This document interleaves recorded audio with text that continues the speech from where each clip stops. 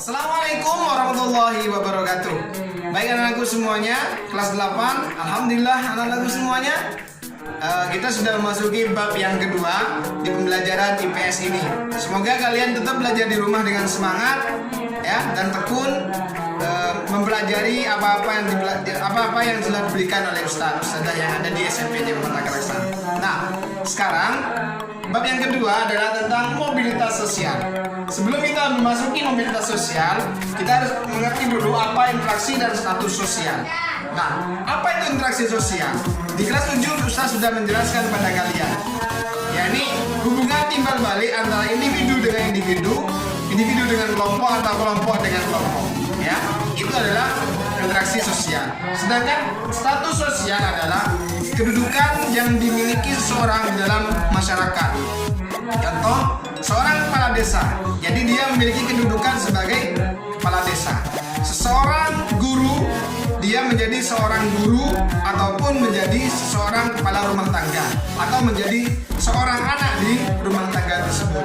Ini sesuai dengan kedudukan yang ia miliki. Nah, itu ya status sosial. Berikutnya kita beranjak ke mobilitas sosial. Mobilitas itu adalah perpindahan. Ya, perpindahan. Oh, berarti kalau mobilitas sosial adalah perpindahan status sosial dari status satu ke status lainnya, dari kedudukan satu ke kedudukan lainnya. Jadi itu yang disebut dengan mobilitas sosial. Nah, yang saya anak-anak, Ustaz akan menjelaskan tentang bentuk mobilitas sosial. Yang pertama, A. Horizontal. Ya. Yang pertama adalah horizontal. Yang kedua, vertikal. Ya. Yang horizontal ini adalah perpindahan status sosial yang tidak naik atau tetap. Ya. Jadi seorang guru A guru PPKN pindah mengajar ke sekolah lainnya yang setingkat dengan guru PPKN juga. Jadi tidak ada perpindahan status. Yang kedua, vertikal. Ada vertikal ke atas dan vertikal ke bawah. Contoh, karena seorang guru A ya sudah memenuhi persyaratan untuk naik tingkat, maka dia diangkat menjadi kepala sekolah. Awalnya guru menjadi kepala sekolah. Itu ya tentang status sosial yang lanjut.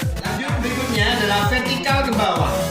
Ya, karena seseorang ini mengalami kebangkrutan, awalnya kelas sosialnya tinggi, karena perusahaannya bangkrut, maka dia yang tadinya kelas tinggi sosialnya, dia mengalami ke bawah atau perpindahan sosial yang ke bawah, ya, karena mengalami kebangkrutan. Baik, berikutnya adalah antar generasi. Ada dua juga, ada yang naik dan ada juga yang turun. Nah, awalnya contoh ini ya, antar generasi. Nah, seorang ayah ya dan seorang ibu, dia seorang petani, memiliki anak si A.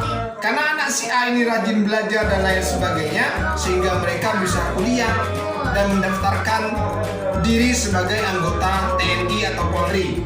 Maka otomatis generasi anak ini naik daripada generasi seorang ibu. Jadi begitu anak-anak. Nah, berikutnya generasi yang turun, seseorang ayah dan ibu adalah seorang TNI ya atau dokter. Nah, karena seorang anak ya, dia malas belajar ya, sehingga dia mengalami generasi yang turun. Ya otomatis kalau malas belajar kan susah mendapatkan pekerjaan dan lain sebagainya nanti. Jadi generasi berikutnya adalah generasi yang turun. Nah, sedangkan intragenerasi ini adalah anak A, B, dan C ini yang beruntung adalah anak yang B, ya. Tetapi karena dia beruntung memiliki status sosial yang paling tinggi, anak yang A dan C ini adalah yang terbawah, sehingga B ini membantu kakak-kakaknya ataupun yang sahabatnya ini, sahabat keluarganya ini, sehingga sama-sama naik ke generasi yang sama status sosialnya. Terus berikutnya adalah mobilitas sosial geografis. Jadi perpindahan sosial ya secara daerah. Contoh adalah urbanisasi ya. Dari orang-orang pedesaan yang awalnya menjadi petani, mereka berbondong-bondong mengadu nasib ke kota untuk mereka mendapatkan status sosial yang baik. Berikutnya kita memasuki adalah faktor pendorong mobilitas sosial. Yang pertama adalah status sosial. Nah, status sosial ini menjadi sebuah dorongan bagi seseorang yang kelasnya di bawah. Mereka akan menjadikan status mereka menjadi penyemangat hidup untuk menaikkan status dalam kehidupan mereka. Ya, jadi seorang petani, ya seorang anak yang lahir dari petani, mereka akan kuliah setinggi-tingginya untuk memperbaiki status sosialnya. Ya, berikutnya adalah keadaan ekonomi. Seseorang yang kesulitan ekonomi, otomatis dia akan terdorong ya mencari pekerjaan yang lebih baik untuk memperbaiki kehidupan yang lebih layak. Berikutnya, pertumbuhan penduduk. Ingat, pertumbuhan penduduk ini otomatis ketika suatu penduduk itu wilayahnya banyak sekali, mereka akan mobilisasi geografis tadi yang bisa dijelaskan. Ya, mereka akan mengadu nasib ke daerah-daerah yang lainnya yang otomatis tempat industri atau kota yang lebih besar, sehingga kemungkinan besarnya dia meyakini akan menaikkan status sosial. Dia akan menjadikan sebuah dorongan. Ya, yang ketiga, yang terakhir adalah situasi politik. Nah, situasi politik ini ya terkadang bisa menjadi penghambat atau bisa menjadi dorongan. Kondisi politik yang tidak stabil suatu negara, mereka akan berpindah ke negara lainnya. Ya, karena ke situasi perang mungkin. Nah, ini bisa menjadi dua, bisa menjadi penghambat ataupun pendorong.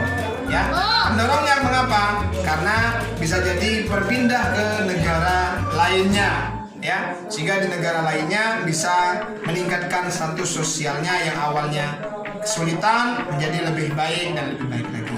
Itu mungkin untuk faktor pendorongnya. Sedangkan untuk faktor penghambatnya, nah di buku kalian sudah ada halaman 76 ya. Yang pertama adalah diskriminasi ras ya.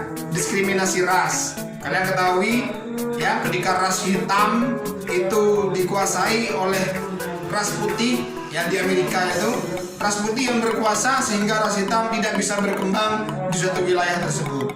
Itu menjadi kesulitan, mereka akan naik kelas. Ya, berikutnya adalah diskriminasi kelas. Ingat, diskriminasi kelas itu dahulu Belanda menguasai Indonesia. Nah, orang-orang pribumi ya dianggap orang-orang yang terbawah, tidak pernah disekolahkan dan lain sebagainya. Ya, kelas yang tertinggi adalah mereka orang-orang yang dekat dengan Belanda ataupun pejabat-pejabat yang dekat dengan Belanda. Nah, yang C adalah pengaruh sosial kelas sosial, pengaruh sosialisasi kelas sosial. Dan yang ketiga adalah yang keempat adalah kemiskinan. Itu yang menjadi faktor penghambat mobilitas sosial. Jadi kalian bisa membaca sendiri di buku, sudah ada anak-anak. Ustaz hanya mencoba untuk menjelaskan pada kalian agar kalian lebih memahami apa yang ada di buku. Semoga Ustaz memberikan penjelasan yang sebentar ini bisa membuat kalian paham ya tentang pembelajaran di bab kedua ini, pendidikan IPS. Baik anak-anakku, terima kasih. Berikutnya silakan kalian baca lagi agar lebih memahami dan mengerjakan tugas yang sudah Ustaz berikan kepada kalian. Assalamualaikum warahmatullahi wabarakatuh.